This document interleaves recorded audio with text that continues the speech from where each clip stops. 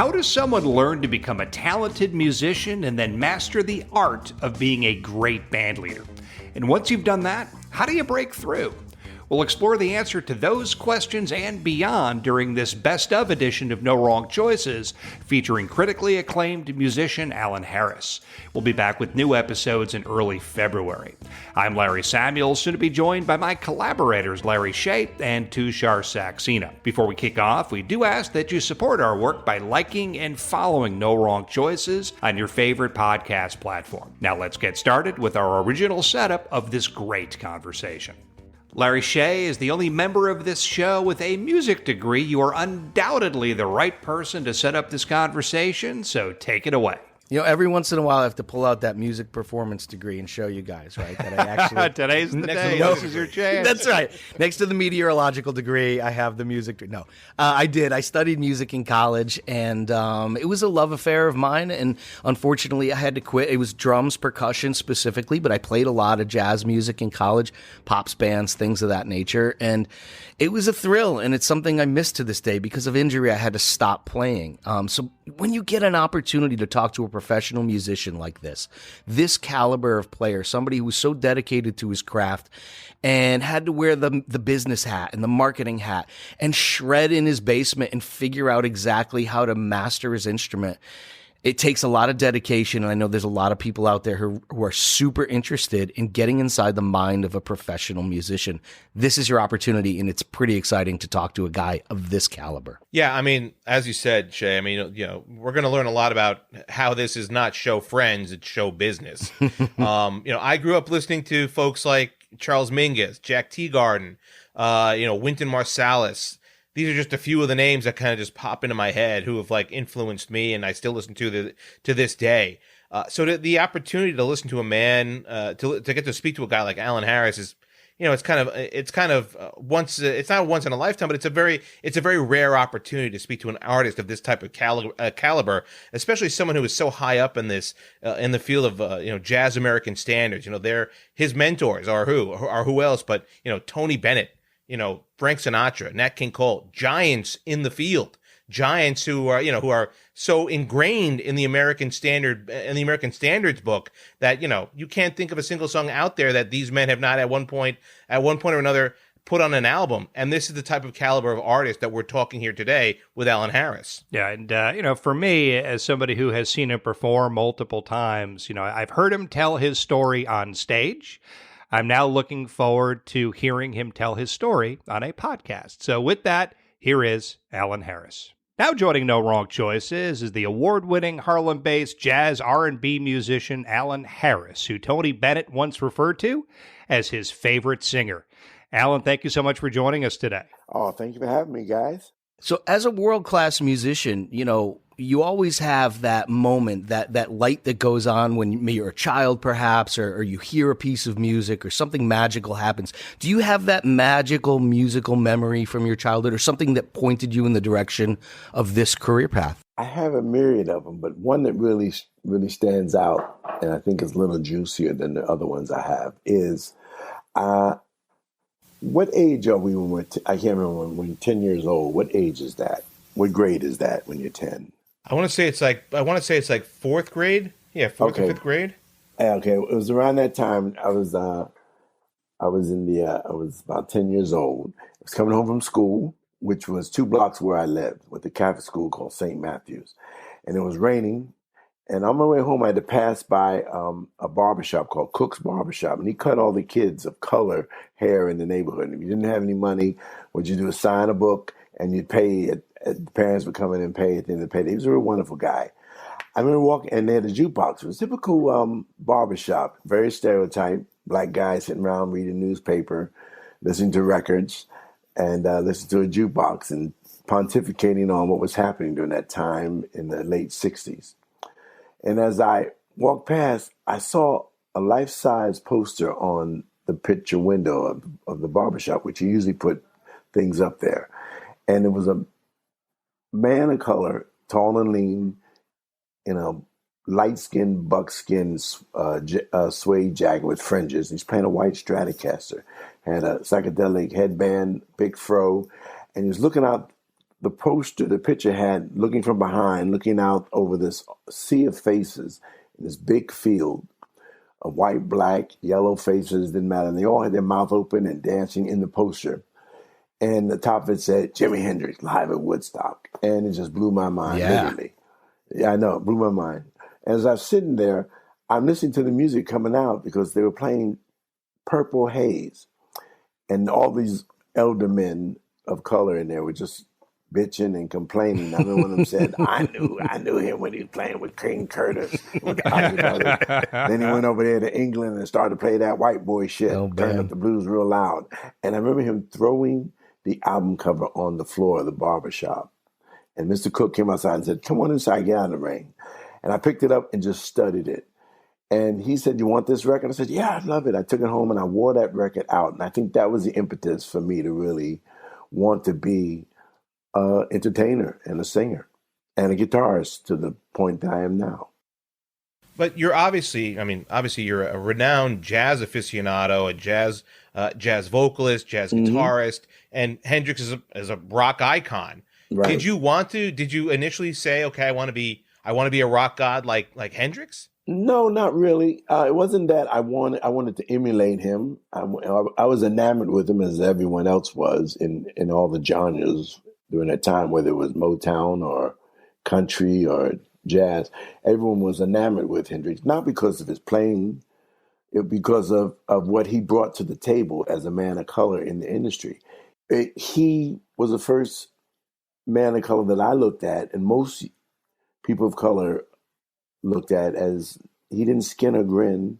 He wasn't sitting on a stump doing the blues, which I like, of course. Yeah. He didn't make any excuses about what he was on the stage. He just was a warrior on par with Clapton and all of them, with Jeff Beck, and he was just a monster to me. And it affected my psyche. It empowered me to venture into this world of music a little more strong than just being a wonderful jazz artist sitting behind a microphone doing standards from the songbook to people.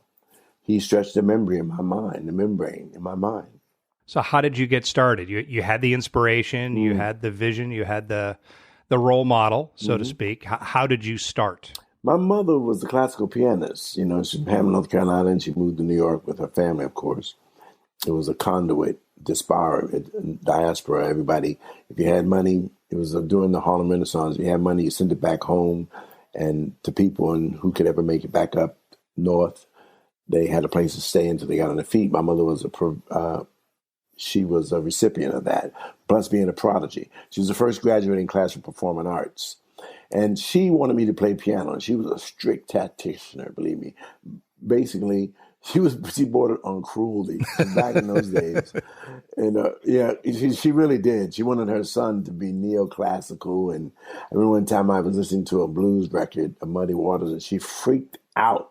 Said, I'm not going to have no son of mine sitting on them damn stumps singing that. Muddy Waters she didn't want you to listen to. Can you believe that? I know. Oh, my God. I know. But there was a foil. I had a person in the household who was her sister, who was a opera and blues singer, and I used to go upstairs to her place where she had the top floor, and listen to her records. Anyway, she brought a friend of mine, Dwayne Morrison was his name. I remember in the third grade, he bought a guitar, and I didn't know how to play it, but I was enamored with it.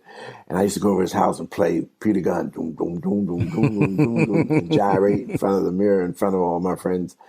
And so my aunt, for my birthday, bought me a guitar, and she hid it upstairs because she wanted my mother to know that I had it. And after seeing that poster with Jimi Hendrix, it really prompted me to not just pick up the guitar and rock and roll, but just to study it more diligently until my mother found out about it. But that's another story. I'm always fascinated with that. So you kind of, if you really do want to look at it, you did have the best of both worlds, right? Because you need the tactician stuff, the discipline, right, that your mom's classical training maybe gave you. And then you also had your grounded roots in, man, I just love this and I need to do it for my life, right? So you kind of did have the best of both worlds there. Along with that moment of discovery, picking up the guitar and empowering myself, and just that one moment in the rain, looking at that picture on the window, I also had the benefit of spending weekends every now and then at my Aunt Kate's. My Aunt Kate had a soul food restaurant at the Apollo Theater, right around the corner from the Apollo Theater, called Kate's Soul Food. And if you Google or look up Jimmy Smith's album called Home Cooking, he's standing in front of it. And I'd go up there on Sunday with them. Back in those days, you know, a kid had to, I don't know how you were raised, but you know, I was basically my family's indentured servant. You know, Until the right was passed along to someone else. You're right. You know the old adage that if they would give you, until you pay rent, until until your name is on a mortgage, just shut up. That's what it was. That's it. So I'd go up there, right. So I'd go up there with my aunt and some other relatives, my mother, for Sundays. It wasn't called brunch at that time. I don't know where that name came in the fold, but as for people of color, it was just called going to eat on a Sunday afternoon. And I would go up there with them and sit there on one of the stools and watch a myriad of stars come and get their food between their shows. Because back then, stars performed the Apollo, and they did 5 shows a day. Wow. That's a lot. Yeah, I know.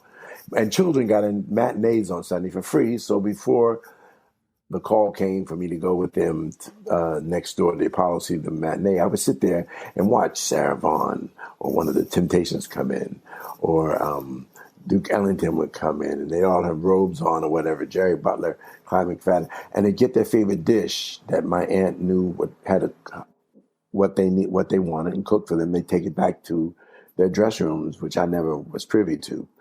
And I just was enamored with that. And then couple that with me going to see them an hour later and seeing the same person I saw in their hair wrapped up, because everyone conked their hair back then, in robes. I'd see them in these silk, unbelievable outfits and ruffled shirts singing these Motown songs, or Sarah Vaughan would come out, or Ella Fitzgerald. So I had that to straddle the rock and roll influences that I was going through. Allan, can you run through? So you mentioned Ella Fitzgerald. Mm-hmm. Can you run through a list of the people that would come through that would blow our minds? Well, what blew my mind? I can just take it just from a child of 10 or 12, which I was at the time, and what perked my interest. And I can't speak for your audiences, but maybe I'm sure there's something they can glean from it. One of the few of the artists that really blew me away was Jackie Wilson, for one. Seeing Jackie Wilson perform was just something out of a Cirque du Soleil going at a chicken shack. He was just amazing what he did with his voice and everything. Little Anthony Imperials, of course, The Temptation, and then you would see maybe Arthur Prysock or Jerry Butler, or I never got to see Sam Cooke. That was a little bit before my time, And what else? This is in my mind even to this day. My mother's not with us anymore, but I remember sitting there a half an hour prior to walking around the back of the restaurant to go to the Apollo, because we went in the back way, because she knew them.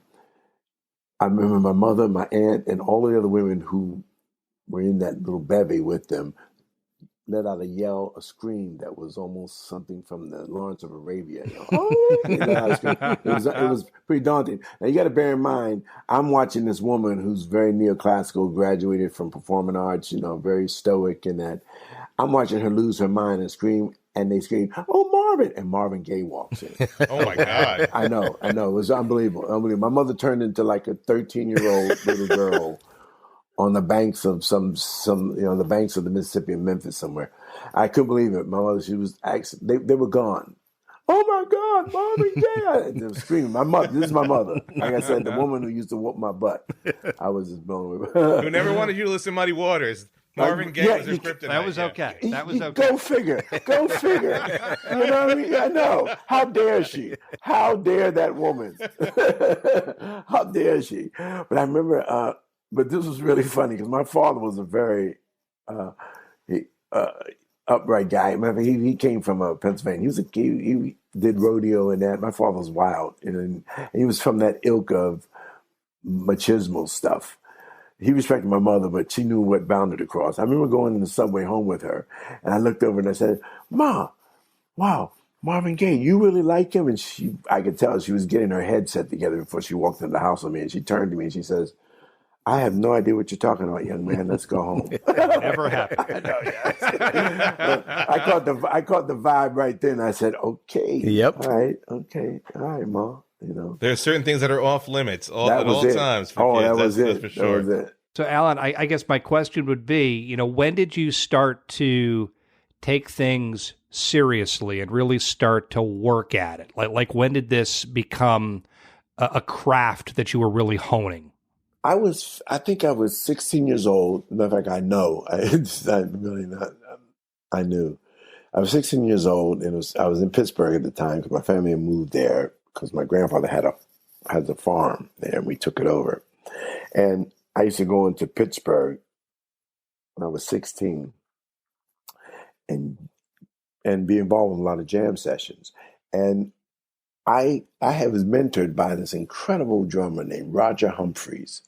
And Roger Humphreys played with George Benson. He played with Stanley Turrentine. He was one of those journeymen who toured for a long time. Then he got a family and he stayed in Pittsburgh and taught. And he just really schooled a lot of young wannabe musicians, yours truly.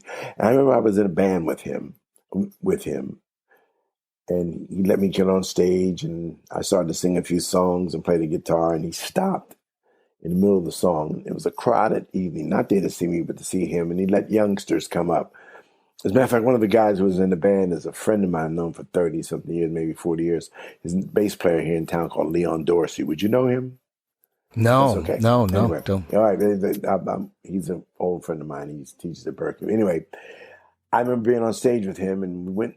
He said, he called out a standard, which I didn't know, but I was faking it. I was playing a little bit of R&B riffs on the guitar. He stopped, and 30 seconds into the song, just stopped the whole band in front of a crowded house of crowded people on a Saturday night. And he said, "Boy, you need to get off the stage." I said, "Huh?" He said, "You need to learn the melody and learn the song. And then when you learn your craft, then you can come back." And I literally slinked off the stage, I remember. I did. I left my chords and one pedal. I had a wah-wah pedal and a big muff. I left it there and came back 2 days later to get it. And it took me a lot of courage to do that. That was a turning point where I really got serious. I really did. Because I sought out those instrumentalists who played with him, and they had a lot of I wouldn't say they had sympathy for me. Basically, they felt sorry what had happened that night because it was pretty demonstrative. Even the crowd felt bad, but Roger Humphrey was that way. And to this day, he laughs about that. He's 80 now, and I love him. See him in Pittsburgh all the time.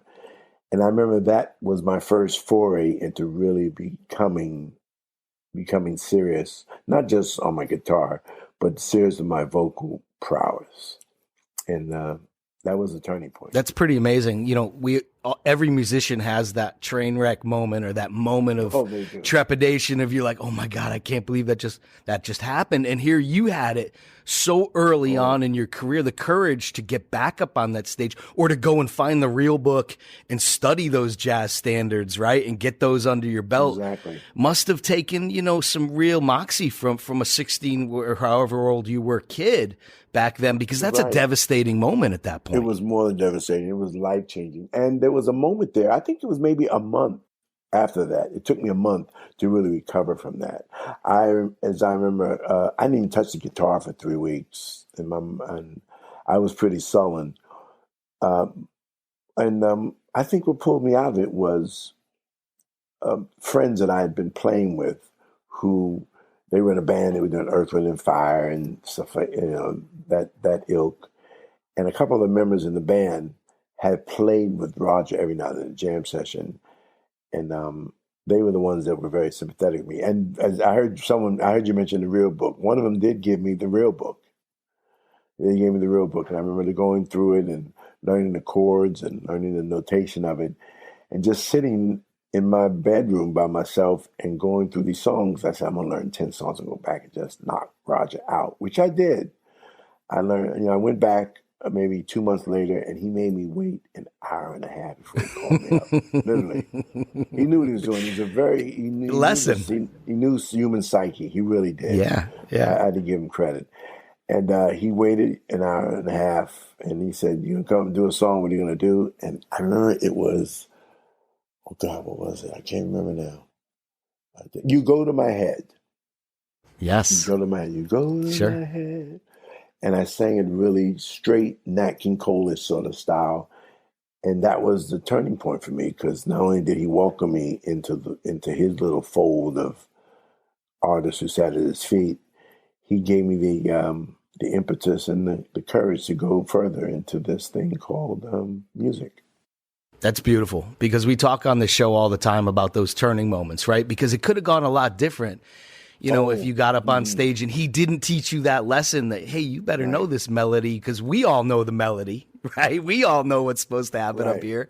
And so at this point in your life, you're shredding, right? Like you're like sitting in your house, like doing everything you can to get up to speed with where you think you need to be as a musician. Mm-hmm. I know. I was, until I met that wall that we all meet. Sure. There is a wall that everyone meets, and I met this wall, and it didn't deter me. I didn't smash into the wall. I didn't go around it or leap over the wall. I remember standing in front of it and really analyzing what it is I need to do to become one of those bricks in the wall, because I'm not going to get through it. And our case in point was, it was 1975, and I had gotten an album from a guitar friend of mine by a guitarist named Pat Martino. And it was a record called Joyous Lake, and he was in town, a little boutique guitar shop that sat only 30 people. And I'd go in all the time, play Les Pauls and Stratocasters. And once a month, they would have special guests come in, and they clear out the whole front of the store out, have tables and that, chairs, and they'd have an artist come and play, whoever it was. And I remember Pat Martino was there. My wife, for a birthday present, surprised me and bought me tickets for it at that time. 75. I was dating her. And I went, and that was a turning point for me, because I realized I'm never going to become that guitarist. I'm going to be, I'm not going to be a George Benson, a Pat Metheny, or Pat Martino. I'll understand what they do a lot of practice. I could play a few songs on stage, but I'll never become that regimented and that genius on that level. But I can immerse myself into what they do and find out what I'm about. And that's what helped me. At what age was this, roughly? That age, I was 20. I was 20 years old at that time, 21. All right, so roughly in your early 20s, did you say to yourself at some point, okay, I want to go from being a member of the band to being the leader of the band? Well, the leader of the band happened not by rote, or it didn't happen because I planned it or set out a goal. That's what I want to be.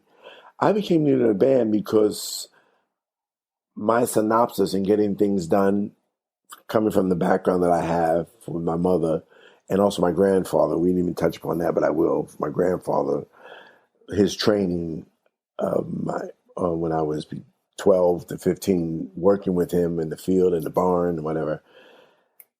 He what is the term? Something no fools. What is it? Sweat no fools. What's the term? He doesn't suffer any fools? He didn't suffer any fools. And he laid that on me. And he'd always... I use that line all the time with people. My grandfather loved it. He had about... I hate when he does that. He had 4 lines, but that was a major one. The other one was, do as I say, not as I do. Or there's this one, this famous one was this. There's 3 ways to do things, son.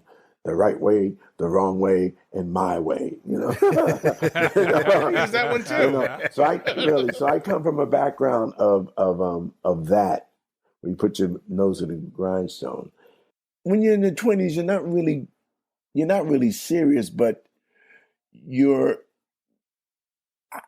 Let me say, I was thankful to be surrounded by my peers who were that age, who were serious. My friend Leon Dorsey, I remember he was going to Oberlin, another friend was going to Duquesne, another guy, he's going to Berkeley. So I was surrounded by those my peers who did play R&B and blues and rock with me, but who ventured into jazz, and they came back with such a knowledge of their instrument that not only did I become jealous, I became shameful at times playing with them because I wasn't up to their speed. And because I noticed how they would take I was trying to learn this song Fragile from Yes on the Yes album, Close to the Edge. And a guitar player friend of mine who 3 years prior to that, I could burn him. I was just getting on stage and burn him because of his acumen at going to school, learning theory and that, playing jazz. He came back and just said, "Oh, Allan, this is what Steve Howe's doing." But I said, "What the fuck?" So that scared me. I said, if it just in a matter of 3 years, he could propel himself from the arena, just being on stage with me in bell bottoms and big hair, and we're just jamming to Earth, Wind and Fire and shit like that, and just his association and studying the jazz real book, whatever, you take him along that line. I better get into bed with these guys. And that, you wanted some of that, of course. I wanted some of that, yes. Yeah. Yes. Yeah. So they brought you forward. They brought me they didn't brought me forward. They kicked me forward. They kicked me forward because they were speaking a language that that school and letters gave you that I was lacking. My ear was up to par, of course, and my antics on stage was wonderful. I knew a lot of songs and that, but because of their knowledge they were well read and versed in jazz at their age. Playing the album Trey Homebrews or something from Machine Head from Deep Purple was nothing for them. So, Allan, you're surrounded by this incredible talent. You've had so many great influences up to that point.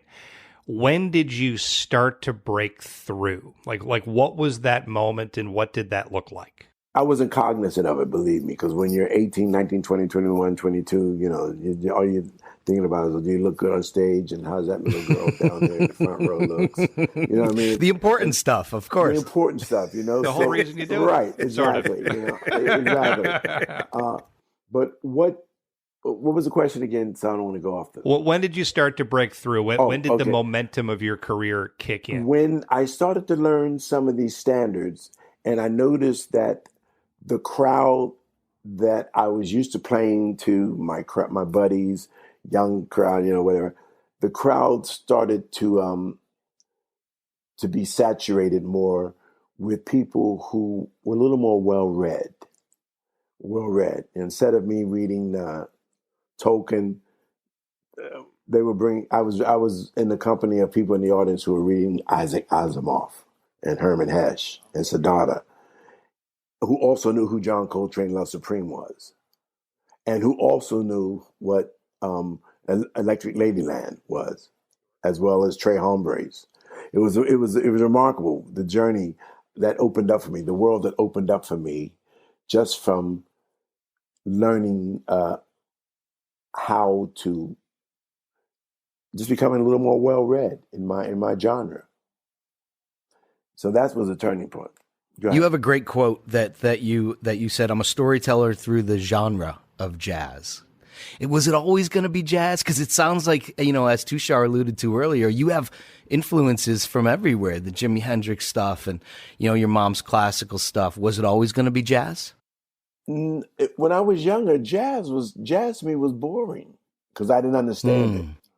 Right. I didn't understand it. And when you don't understand something, either you run away from it. Fortunately for me, I was good in so many other genres that there was a while where I just turned my back on jazz. I figured, I don't know, jazz, whatever, Sly and Family Stone, what I would just get into that, whatever. Until I started to, my peers, my group started to be selective. And I hungered for more knowledge, not just on the stage and not just with music, just with events. People who were well-read came to my arena and introduced themselves, who were my age and who played their instruments just as well as I did. But they had something I didn't have. They had a knowledge of self self-awakening, which I didn't know at that time at age 20. I was just still feeling my oats and looking trim and whatever. And that perked my interest because I went on tour, a mini tour with a couple of guys that I had really, I was enamored with them. And they took me to a resort to make some money. And at that resort that I was at, where we played 5 nights a week. They fed us. We had a hotel room. It was near the water, the beach. It was great. But that resort was full of a lot of people. It wasn't your typical Club Med, Walt Disney sort of people, you know. The resort catered to a clientele whose children went to Brown, William and Mary, Columbia University. They were children and people who were there at the resort who not only were well read, but they were well versed in a lot of things that enhanced the mind. And I don't say I was jealous. I was intimidated by them. I really was. And that spurred me on to read, not just read more, but just to learn my instrument more than just listening and copying Jimmy Page licks or Herb Ellis licks or George Benson licks. I started to find out that through self-awareness and reading, I could develop my own sound, which I never really thought I could. And that was a big turning point for me. Allan, I want to you touched upon it just a moment ago, the notion of life on the road. And I kind of want to touch on that a little bit. Like this idea of first of all, as a young musician, life on the road, obviously, and life on the road for any musician is a big key to obviously getting your name out there and honing the craft, etc. But how has that transition now been as you have gone through your musical life? The notion of being on the road, is it easier now? Is it harder now? Was it much easier as a younger man, or tougher as a younger man? That's a double-edged question. I think it was easier when I was younger because ignorance is bliss. You know, when you're young and you're just filling your oats, you're just out there in the pasture, just running wild. You know, as I got older, I started to look at other things other than just being on the road and having fun, and having a drink and looking at pretty girls. And where we're gonna go tonight? There's a jam session down. We're in Philadelphia doing a show or Washington. I mean, the lifestyle is totally different. Right? The lifestyle is totally different. It is totally different. Definitely is. And because of that, now that I'm older, the road to me now is a series of growth coupled with just reuniting with old friends that I've garnished through the years. You know, and I go see them and I see how they moved on with their lives, children, houses, whatever. And they come to my shows, whatever town I'm in. And I had that experience. I'm an older guy now. And when I'm off the stage, we have dinner. I'm just going back and we're all talking about what we've been doing between not seeing each other. So the road is different for me now. Unfortunately for the younger guys in my band, I'm learning to let them run free because some of the guys in my band are 15 years younger than me and that. And they don't understand why after the gig, I just want to go back to this friend's house out in the country, you know, and they don't want to go with me. Oh, well, Allan, there's a jam session downtown Philadelphia. We want to go, and there's a lot of chicks there. I said, okay. All right, well, I'm going to go. They got this wonderful malt. They got this, whatever, 60-year-old malt liquor, whatever it is there, and they want me to try out, and then we go to their house, and we're just going to talk. So the road is different for me now. It is. It's fun, but it's different. So you have, you get that first experience at that gig, and do you start gigging right away, piecing it together with friends? Is it friends that are, hey, I need the vocalist, I need a guitar player, let's come along, there's another tour and another tour? Or were there gaps? And was it hard to piece together that lifetime of music that you put together? I mean, that couldn't have been easy. No, it's hard. It's hard if you aren't selfish with your talent. And let me explain that. I don't want to seem to come off as so Dostoevsky here. It's hard when you have a myriad of your close friends who you you young guys hanging out, you're playing music, blah, blah, blah. He's dating this chick, you're dating that chick. And it's hard when you develop past them. You develop past them musically. But your heart is still with them as friends. And nothing's more than having to tell a fellow musician that they're really not good enough to travel this road with you anymore. That's the hard part. That's the really hard part. And I admire artists who can do that without harming the friendship. When you're young, you don't have to wear with all that. You just say, look, I'm just going to move on. And that was the hardest thing, because I still have, I run into friends from those days who come to my shows every now and then. Now they're older, they have children, they've gone back to school and become lawyers, whatever it is. And I see they had that longing look from the audience when I look at them, that look of there go I but for the grace of God, and also, but then you can also tell behind that clouded look, there's also a little resentment of how I treated them at that time, because I was young.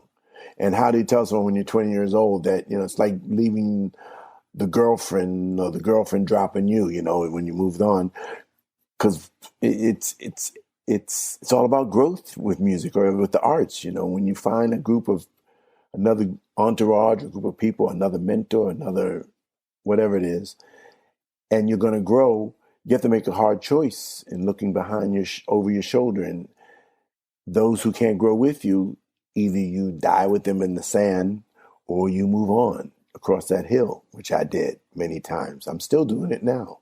So Allan, as a part of that, as you pushed on to that next phase, how did you develop a stage presence? What became your style? Who were your mentors as you developed your presence? There was a number of them. And there's a fence that separates some of them. I mean, there's a fence. There's the Americana. Well, it's called Americana now. It wasn't back then. Which enveloped rock and roll, blues, a little bit of soft country, folk, and of course R&B and funk. I mean, that was that one side of it. The other side was the serious side was jazz, and I started to look at the artists in both genres and all those genres, and I started not to emulate them, but to find out, why does someone like Oscar Peterson, why would someone sit there for 3 hours and watch the Grateful Dead or Robert Plant sing Stairway to Heaven? Or I started to look at what it is that they are doing, not to just capture their audience and to enthrall them, that people really can let's sit in a chair and listen to that record and go into another world. What is it? And it's telling a story. And I had no idea what that was. And bear in mind, I'm 25, 26, going on 30. I had no idea what telling the story was. I just figured you get on stage, you gyrate, if you play your acts, you sing the song, you do all your machinations with your band, and boom, you put on a great show and people clap, sweat, and that's it. But I realized that you have to repeat that night after night, which is why a lot of groups burn out and they change members in the band, or they just walk away. They just said, like Joe Perry from Journey. He just said, "Fuck it." Excuse my language. Oops. Sorry, I'm not supposed to. Okay. It's all right. Quite all right. It's all right. We put in we check the E Okay. for explicit. Say every what- episode. So whether you swore or Every not, it was line. getting an E. Okay, good. All right. Well, and you All look good. at some of these, look at some of like Barry Sanders from the Detroit Lions, the halfback. When you look at people who are at the top of their game, when you looking at it from afar in the audience viewpoint, you say, why was my favorite group? Why did they break up? And you realize that it's a growth period. Because after a while, you become, which is why I admire the Stones. They're doing the same thing for 40 years over and over again. I don't know how they do it, but anyway, that's another story. You get to the point where it's not that you become bored with what you've done, what's made you hit, or why the audience comes see you. It's just that where you were 5 years ago with the audience, they're still there, but you've grown. You've grown. The audience doesn't know that. They're still back in what they've heard you do 5 years ago, and you did it well, and they want you to do it over and over again. And you have a choice. Either you find out how to grow and take your audience with you, or you become bitter, disband your band, and just wander from show to show, and next thing you know, you're doing Las Vegas or whatever. You know, you know. So did I answer that a little bit? Do you have a trick of the trade, so to speak, for how you connect? Like when you walk in a room, is there something you do that grabs everybody right away that you've learned over the years?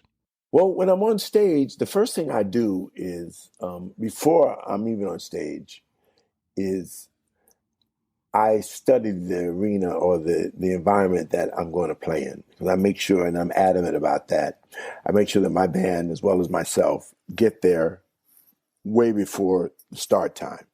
And I've had band members, young, of course, who bitch about that. You know, oh man, the gig is at 7:00. Why you get here at 6? Because we need to feel the flavor of the room. I need to feel what kind of room. An hour before they're bitching about that? Get out of here. Yeah. Yeah, you'd be surprised. And I said, you need to flavor the room. And they said, why? Well, it might be raining outside. The parking lot might be muddy and people are mad because they got to walk through the mud to sit down. Or it might be a Thursday night and the regular staff that they used to come seeing at the club isn't there. They have a substitute staff. Or, and this has happened to me in my early development of my career, maybe it happened just recently, they might be expecting another act and get there and find out that that act is substituted by me. And maybe a third of the people know who I am, 2/3 don't.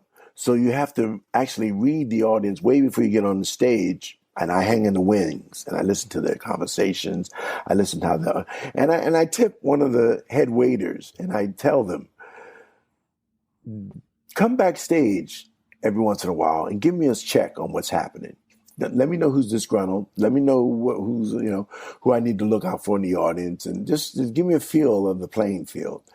And you become real good at that after a while. And you get to a point where I'm at now where I don't even need to do that. I can tell immediately when I get there the whole energy level of the place through the workers, through the staff, the sound crew, the roadies. I know I know the flavor of it. And on that mark, I alter my show to that.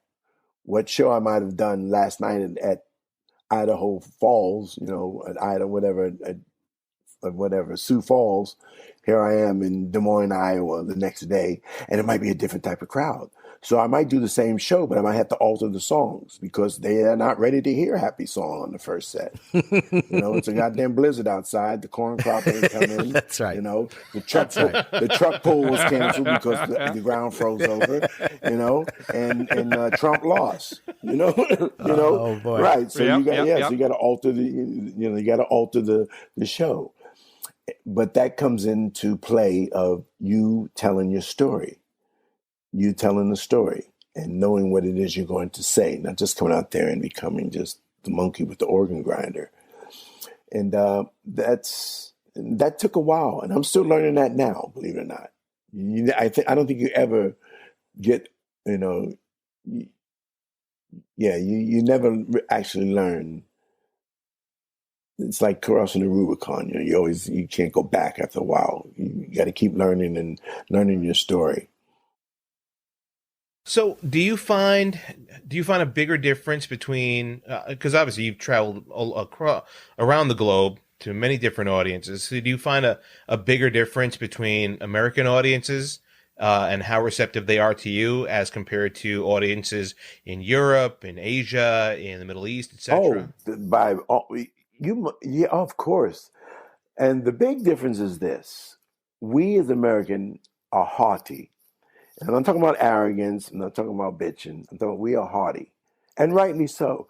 Because the majority of the music that we play has been formulated here, whether it's whatever your background, whether it's Gershwin or whether it's British rock or just bunch of ex-slaves in the field hollering blues or whatever it is. It's an amalgamation of all of us in this music called jazz, R&B, and country. It is ours. Old mentor of mine, very wise man who really was a great vocal coach, told me that this music that we have, this American music, whether it's jazz, whatever, is our gift to the world. So we carry that with us. Even people who don't know a damn thing about music, but they go to a concert. The American audience has almost a psychological chip on his shoulder, and rightly so. not to the point where we beat our chest. We are the best. Let's go. Make America great again. I keep going into that. I don't know why. We'll talk about that in a minute. That's a different That's podcast. a different Thank you. podcast. Yeah. Pull me back, please. Pull me back. Pull me back from the shore. Pull me back. I know we're going that one. I'll get. Yeah. Unlike most audiences, and I'm talking about from south of the border to our European, to our Mediterranean folk, to Russia, to Japan, the American audience takes it for granted that this is our music. This is our music, and it is, rightly so. It's our birthright as Americans. But on that note, there's a very, I wouldn't say ugly side. There's a very demonstrative side to us when you play for an American audience. American audience, you have to prove something to them. You really have to prove something to American audiences. Where audiences around the world, they're just happy to see you. Just play American music. Just play, and it's refreshing. But you have to come back to the American audience just to get a reality check. Because the American audience, we are so tainted. We had Elvis, we had Louis Armstrong, Duke Ellington, Jimi Hendrix. I mean, everyone from Jeff Beck to whatever, from what's his name, the blind opera singer from Italy.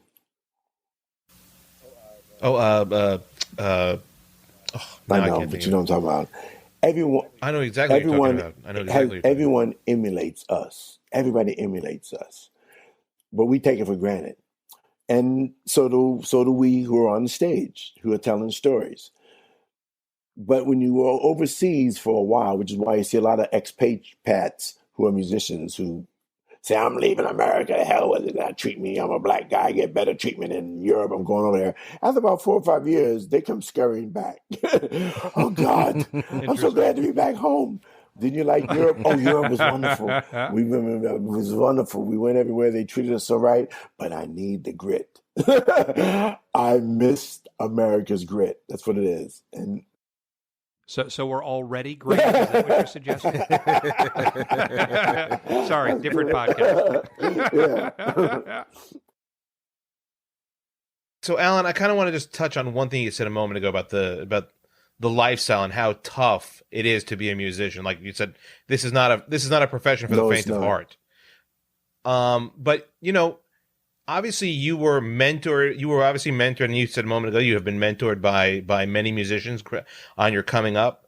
Do you take that responsibility, or how do you take that responsibility now as obviously a senior member of the profession now? Do you want to be more of a mentor to younger musicians? Do you want to be a hands-on, or do you want to be more of an aloof person, an aloof kind of mentor? No, I have to be. Whether I want to be or not, I'm like dragged into it. I'm dragged into this foyer, this position of being a mentor, whether I want to or not. Why do I say that? Because I'm very disenchanted and I'm very upset with what I see young artists have to experience to make their way financially that I didn't have to do. And let me reiterate. Let me expand upon that a little bit.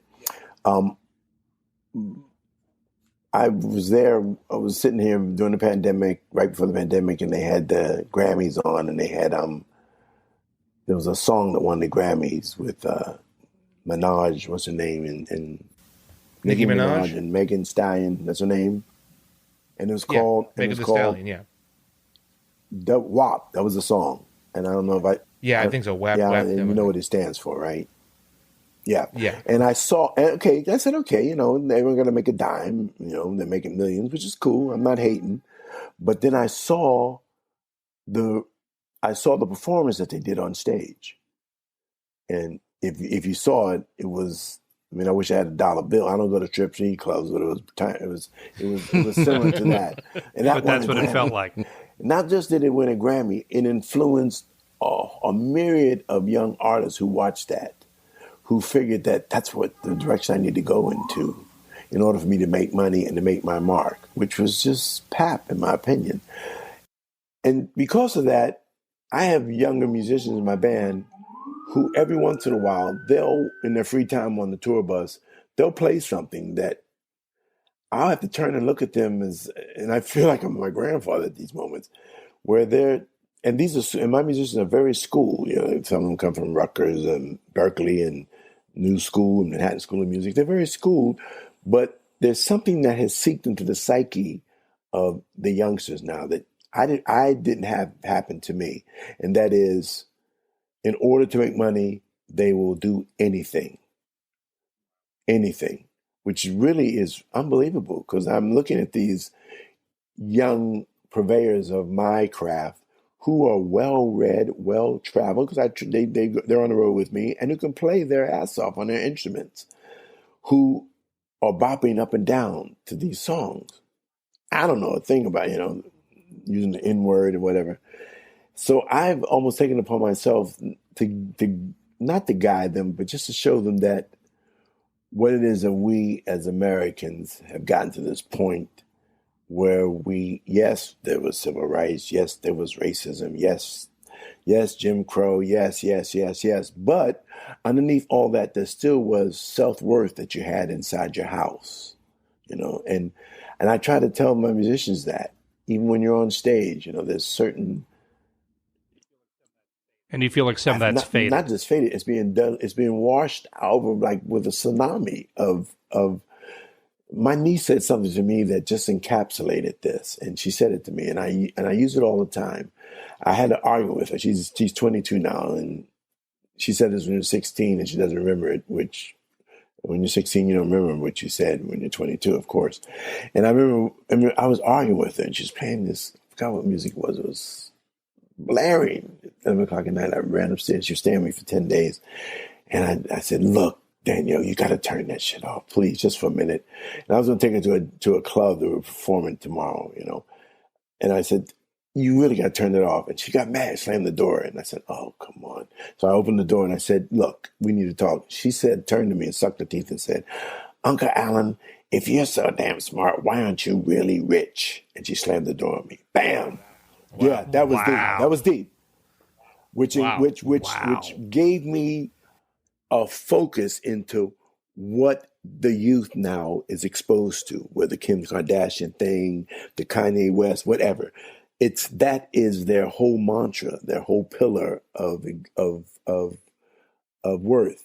Your worth in your youthful society that you roam in is based upon how much money can you accrue, no matter how. Yeah, your wallet. Your worth is your wallet. And it doesn't matter how you get it. Doesn't matter how you get it. It's such an important conversation. It is frightening. It's so frightening. Let's put the bow on that, though. Okay. How do you break through and help that younger generation? Because I know there's a younger generation right now listening to this podcast who wants to be a great musician and have the career that you've been able to have over the course of your life.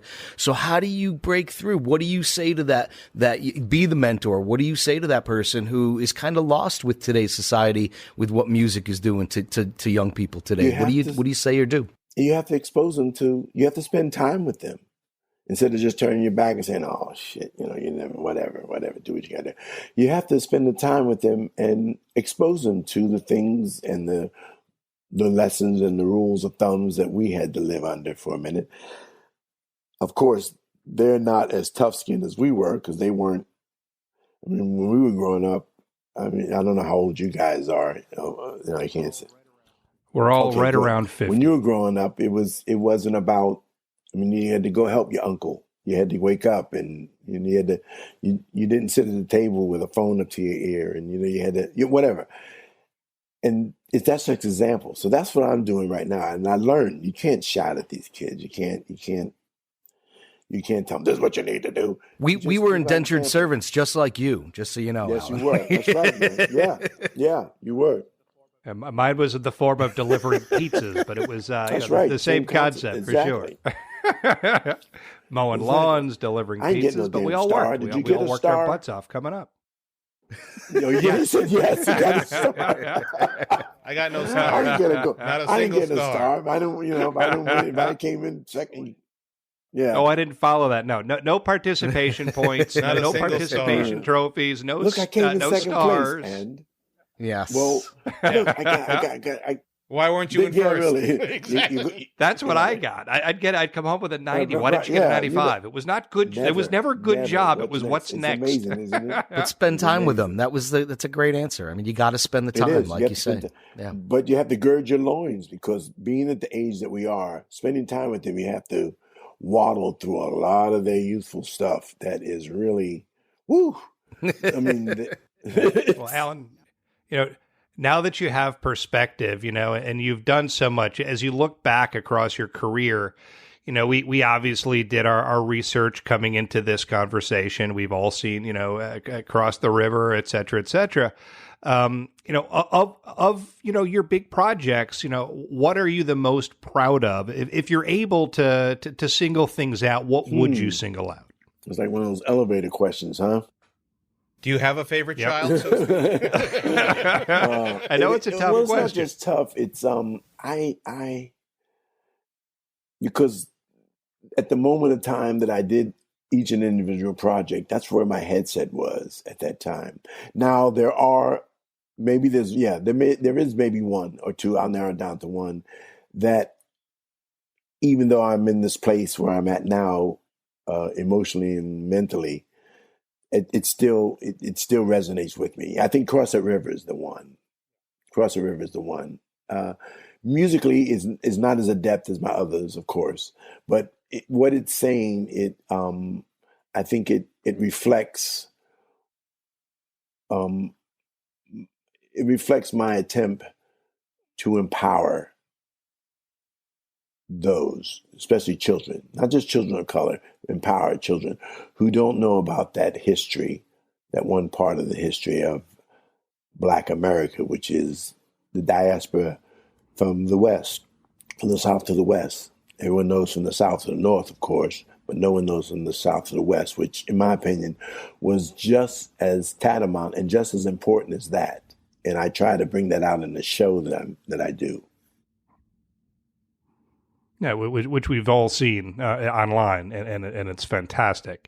I've seen you perform live a couple of times. I have not seen you do that, but I've certainly greatly enjoyed watching you perform. So, Allan, as we look forward, we've talked a lot about the past. What's next for Allan Harris? I'm going on to, well, just encapsulate real quick. I'm heading to Europe for the holidays, Italy and Turkey, and I'm doing some with the BBC Orchestra. I'm doing a tribute to that. I'm narrating and singing with the BBC Orchestra, a tribute to Charlie Mingus, which is pretty daunting.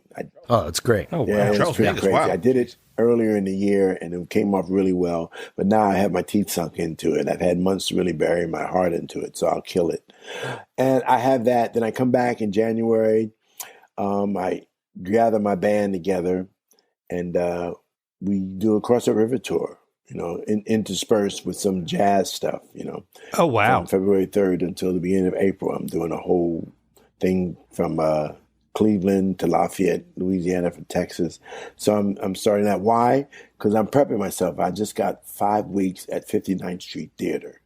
Oh, wow. I did. It just happened Oh, no 2 days kidding. ago. They want me to go in there. Congratulations. That's great. Thank you. Yeah. And so I'm not just revamping the show. I have the artists now that I have performing with me on this tour are more adept at what they do than the ones I had 5 years ago. And adept, what I mean by that was they're not better players. They're just better personalities on stage, which can deliver the songs and the story. That's incredible. Well, Allan, your story is amazing. Your journey has been, surreal to see from the outside and to, I guess, experience a little bit through this conversation and through your performantions. And, we can't thank you enough for joining us today. Thank you for this moment with you. This is really nice. It's nice to, and I don't want to seem real Marcellus here, what it is, but it's nice to talk to men of letters for a change. It really is. it really is. I'm serious. I'm serious because usually when you do on these, when I do interviews, whatever, I'm usually dragging the interviewer along because they're set into one sort of format. This is nice. Yeah. Thank you. What an incredible opportunity that was for us to talk to somebody who is such a master of their craft, whatever the craft may be, to be so deep and have so much experience, but to talk to an artist of that caliber was really quite the experience. You know, Tushar is somebody who is also a passionate musician, similar to Larry Shea, as we talked about off the top. Now, what are your takeaways from that conversation? I'll tell you this. I was surprised by a couple of things. One, obviously, was the journey from, the young musician and this notion of, having his worst moment and his best moment kind of being almost the same thing, being thrown off stage by a mentor and then being kind of called back on stage by that same mentor relatively soon afterwards, and being told, look, you have to improve. It takes a lot of guts to, first of all, get thrown off stage and then understand what you did wrong and then have the courage to return and say, okay, I can redeem myself, right? So it takes a lot of courage to do that. And we talk about courage a lot on this when we're doing the podcast. So it takes a lot of courage to do that. But the one thing that really struck me was, he's become something of a, I don't want to say reluctant, but he's become a mentor by default in some ways, right? That he feels this obligation to mentor the younger generation of artists out there. And not everyone has to do that. Not everyone feels they need to do that, but he feels that he has a real calling that he has to do this because, as he said, that a lot of this younger generation of musician, although they have a lot of skill, they seem to have the value system in some ways might have gone a little bit awry. That's what really struck me. Yeah, you mentioned a bunch of interesting stuff there, specifically getting kicked off stage when he was,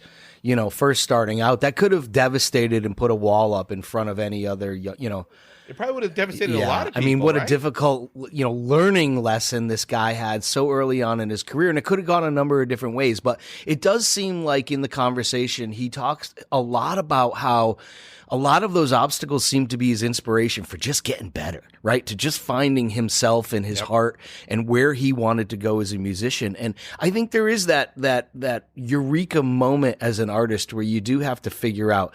I mean, he talked about the Pat Metheny stuff. He was never going to have the chops that certain guys had, right? But he knew how to do what he did well. And boy, did he. I mean, look what he's become. But it just goes to show you don't have to shred like Pat Metheny. You don't have to, sing like so-and-so. You just have to find what you do as an artist. That's what art is, right? It's looking within yourself. And he talked so much about it. Looking within yourself and finding what it is that you do well and what you can entertain people with. What's going to last. And when people think of you as an artist, what will give them that feeling of wholeness, right? Like, damn, like this guy knows exactly who he is and he just rocked my world. And when I talk to Allan Harris, that's how I feel. He rocked my world. It was wonderful. Yeah, and picking up on that, I think a little bit about the stage presence aspect, meaning how do you find your voice? How do you, work your way into the crowd? How do you learn to work a room? And the story of tipping the lead waiter in a bar or a restaurant to get a feel or a vibe. So for smart. It was incredible. How did he refer to it? The fragrance of the room. What did he refer? It was beautiful, right? Exactly, it was just right. So great. But that trade craft and to figure out how to do stuff like that. I mean, this is a veteran who we just spoke to who was nice enough to share some of the tricks of the trade. So, what an incredible opportunity for us. And we hope that all of you enjoyed the conversation just as much as we did. Allan, thank you so much for joining us on No Wrong Choices. For those of you out there who want to get to know Allan better, check out his website at allanharris.com, and I encourage you to listen to 2 recent albums, Allan Harris Live at Blue Llama and Kate's Soul Food. They're really great. On behalf of Tushar Saxena, Larry Shea, and me, Larry Samuels, thank you again for joining this episode of No Wrong Choices. If after listening you've thought of someone who could be a great guest, please let us know by sending us a note via the contact page of our website at nowrongchoices.com. While there, please be sure to check out our blog and explore other great episodes while signing up to become a member of our community. You can also follow us on LinkedIn, Facebook, Instagram, YouTube, Threads, and X. TikTok is up and content has begun rolling out. We'll be back with new episodes in early February, leading in with a group of highly accomplished women, a CEO, super doctor, and Broadway production stage manager for some very popular shows. In advance of that, always remember, there are no wrong choices on the road to success, only opportunities, because we learn from every experience.